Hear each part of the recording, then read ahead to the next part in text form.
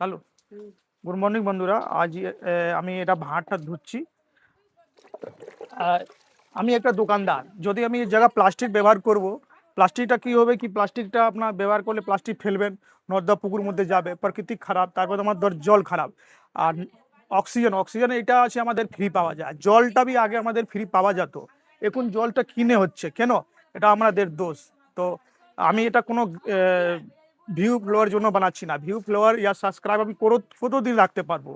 আমি তো পৃথিবীতে পুরো সারাদিন থাকবো না, তো আমার এটাই আছে কি একটা অপশন আছে সোশ্যাল মিডিয়া, কি আমি সোশ্যাল মিডিয়া থেকে সবাইকে একটা জানিয়ে দিই কি আপনার যদি চেষ্টা না করবে আগে থেকে অনেক ক্ষতি হবে, অনেক। অন্য দেশটা দেখুন কি জলটা কত ভালো, আমাদের দেশের জল এত কেন খারাপ? কেন আমাদের সারাদিন তো গ্ল্যামার, তারপরে ফানি ভিডিও দেখতে দেখতে সারাদিন চলে যায়। আর আমি কি বলতে চান আপনার নিশ্চয় জানেন আমি কি, গ্ল্যামার ভিডিও তারপরে ফানি ভিডিও দেখে চলে যায়। তো এর জন্য আমাদেরকে প্রাকৃতিক জল অনেক নষ্ট হচ্ছে। আর অন্য দেশে কি হয় কি এইসব জিনিসের থাকে, অ্যাক্টিভ থাকে, আমাদের কোনো অ্যাক্টিভই নেই। আমার ভাবি কি যে একটা লোক কি করতে পারবে?